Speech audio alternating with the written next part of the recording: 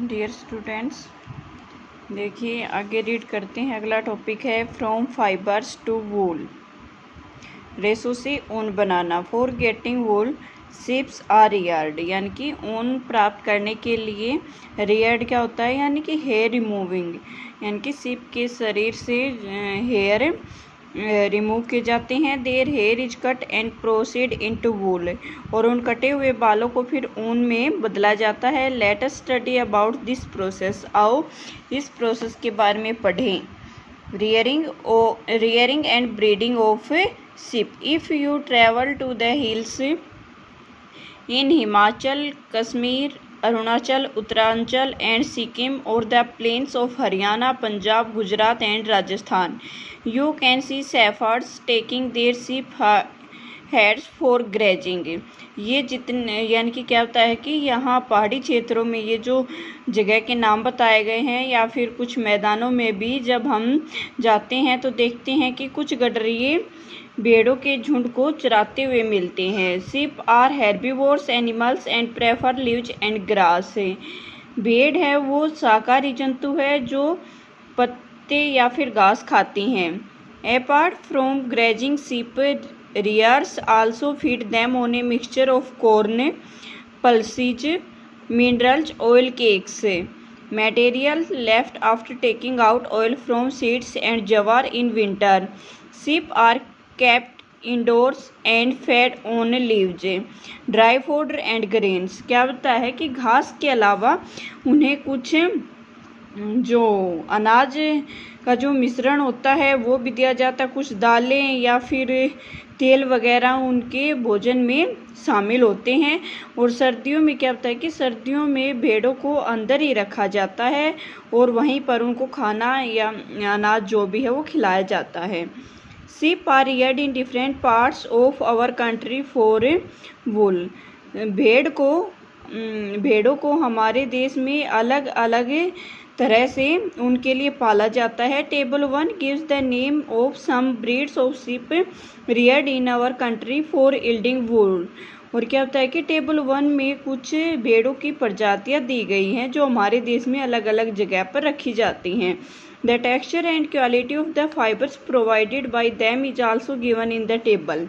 तो देखिए टेबल में देखते हैं some Indian breeds of sheep है, यानी कि कुछ भेड़ों की प्रजातियां हैं जिसकी रामपुर, बुशेर ये पाई जाती हैं उत्तर प्रदेश, हिमाचल, ठीक है। और ब्राउन फ्लिश होते हैं इसके। फिर सेकंड है लोही होती है राजस्थान या फिर पंजाब में, ये गुड क्वालिटी वूल होती है। फिर मारवाड़ी है जो गुजरात में पाई जाती है, ये कोर्स वूल होती है, यानी कि जो कठोर वूल होती है, मुलायम नहीं होती जो। फिर है भाखरवाल जो जम्मू एंड कश्मीर में मिलती है, फॉर वुलन शॉल, यानी कि शॉल बनाए जाते हैं इनकी उनसे। फिर है नाली, राजस्थान, हरियाणा और पंजाब में पाई जाती है जिससे कारपेट वूल बनाई जाती है। फिर है पतनवाड़ी जो गुजरात में पाई जाती है, फॉर होशियरी, ठीक है। तो ये हमने कुछ पढ़ी हैं ब्रीड्स ऑफ शिप। फिर है processing fibres into wool, the wool which is used for weaving shawl और for knitting sweaters in the end product of long process which involve the following step, यानी कि ऊन को इस तरह से बनाना ताकि फिर उसे शाल या फिर स्वेटर अच्छी तरह से बुने जाएं। ये उसका अंतिम सिरा होता है। यहाँ तक पहुँचने के लिए बहुत सारे स्टेप उठाने पड़ते हैं, जैसे कि ये है स्टेप 1 है the fleece of the ship along with thin layer of skin is removed from its body, यानी कि भेड़ के शरीर पर जो बाल होते हैं उनको उतार लिया जाता है। This process is known as shearing, इस क्रिया को सीयरिंग कहते हैं।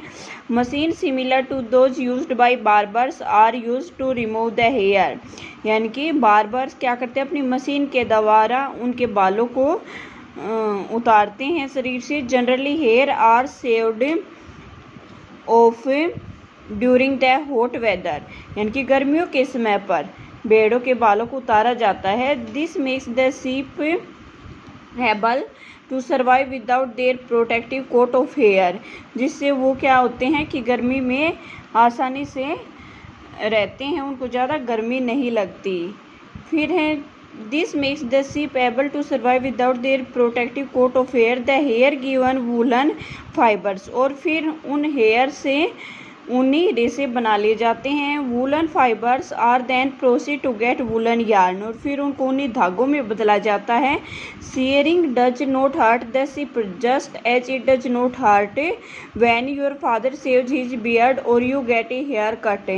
यानी कि शेयरिंग से, यानी कि जब भेड़ के बाल काटे जाते हैं तो उससे उसका कोई नुकसान नहीं होता. जिस तरह से हम या फिर हमारे पापा बाल कटवाते हैं, बिल्कुल उसी तरह से प्रोसेस होती है.